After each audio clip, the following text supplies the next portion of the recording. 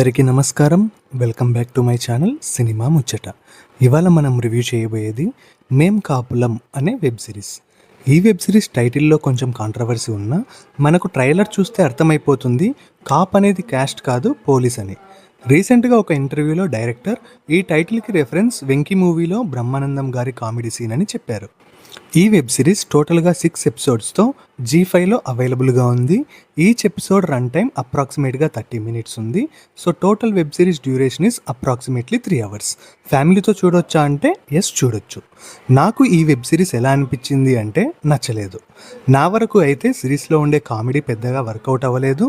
Investigation related scenes కూడా పెద్దగా thrill చేయవు. వెబ్ సిరీస్ మొత్తం అలా ఫ్లాట్గా వెళ్ళిపోతుంది. మనకు ట్రైలర్లో కోడిపోయింది అనే మెయిన్ ప్లాట్ ఒకటే రివీల్ చేశారు. బట్ సిరీస్లో అండర్లయింగ్గా ఇంకో సబ్ ప్లాట్ ఉంటుంది. అది ఏంటి అనేది మనకు 5th ఎపిసోడ్లో రివీల్ అవుతుంది. అది రివీల్ అయ్యాకే సిరీస్ కొంచెం ఇంట్రెస్టింగ్గా మారుతుంది. అండ్ సిరీస్ ఎండింగ్ కూడా బాగుంది. ఆ 5th ఎపిసోడ్ వరకు అల్ట్రా ల్యాగ్ ఇన్వెస్టిగేటివ్ ప్రొసీడింగ్స్తో వర్కౌట్ అవ్వని కామెడీతో చిరాకు తెప్పిస్తారు.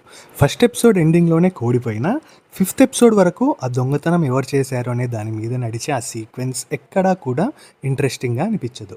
అక్కడక్కడ పసుపు రిలేటెడ్ సీక్వెన్సెస్తో, రక్తం కక్కుకోవడం లాంటి సీక్వెన్సెస్తో మేకర్స్ కొంచెం ఇంట్రెస్ట్ క్రియేట్ చేయడానికి ట్రై చేసినా ల్యాగ్ ప్రొసీడింగ్స్ వల్ల అస్సలు ఇంట్రెస్ట్ క్రియేట్ అవ్వదు. ఇక వెబ్ సిరీస్ మెయిన్ ప్లాట్లోకి వెళ్తే మహదేవపట్నం అనే ఊరికి పెద్ద మనిషి అయిన గజపతి రాజు గారి కోడి సలార్ రాజు గత 2 సంవత్సరాలుగా కోడి పందాల్లో ఛాంపియన్. అలాంటి సలార్ రాజు కోడి పందాల కొద్ది రోజుల ముందు కనపడకుండా పోతుంది. ఈ కోడి గురించి ఇన్వెస్టిగేట్ చేయడానికి 2 తెలివి తక్కువ పోలీసులు రంగంలోకి దిగుతారు.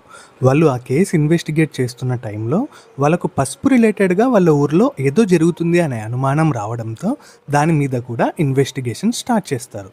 ఆ తర్వాత ఏమైంది, సలార్ రాజుని ఎవరు దొంగతనం చేశారు, ఆ పసుపు రిలేటెడ్గా ఊర్లో ఏం జరుగుతుంది, వీటి వెనక ఎవరు ఉన్నారు, ఈ 2 ఇన్వెస్టిగేషన్స్ ఆ కామెడీ పోలీసులు ఎలా ఛేదించారు అనేది మనం సిరీస్ చూసి తెలుసుకోవాలి.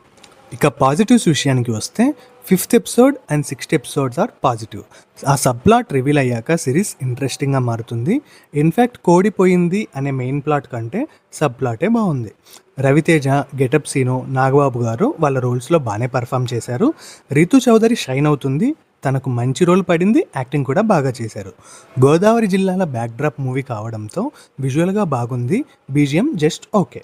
ఇక నెగటివ్స్ విషయానికి వస్తే 4th ఎపిసోడ్ వరకు ఎక్కడా సిరీస్ మీద ఇంట్రెస్ట్ అనేది క్రియేట్ అవ్వదు. కామెడీతో వెబ్ సిరీస్ని లాగేద్దాం అనుకున్నారు, బట్ వర్కౌట్ అవ్వకపోవడంతో సిరీస్ బోరింగ్గా అనిపిస్తుంది. ఆ సబ్ ప్లాట్ని కొద్దిగా ముందుగా రివీల్ చేసి దాని మీద ఇన్వెస్టిగేటివ్ సీన్స్ రాసుకొని ఇంకొంచెం డీప్గా ఎక్స్ప్లోర్ చేసింటే మేబీ వర్కౌట్ అయి ఉండేదేమో. ఫైనల్గా చెప్పాలంటే మేం కాపులం అనే ఈ వెబ్ సిరీస్ నాకైతే నచ్చలేదు. ఓటీటీనే కాబట్టి ట్రై చేస్తామంటే మీ ఇష్టం, నేనైతే రికమెండ్ చేయను. ఇక ఈ వెబ్ సిరీస్కి నా రేటింగ్ వచ్చేసి 2.25 out of 5. మీరు ఈ వెబ్ సిరీస్ చూసింటే మీకు ఎలా అనిపించింది అనేది కింద కామెంట్ చేయండి. ఇలాంటి మరిన్ని వీడియోస్ కోసం మన ఛానల్ను సబ్స్క్రైబ్ చేసుకోండి.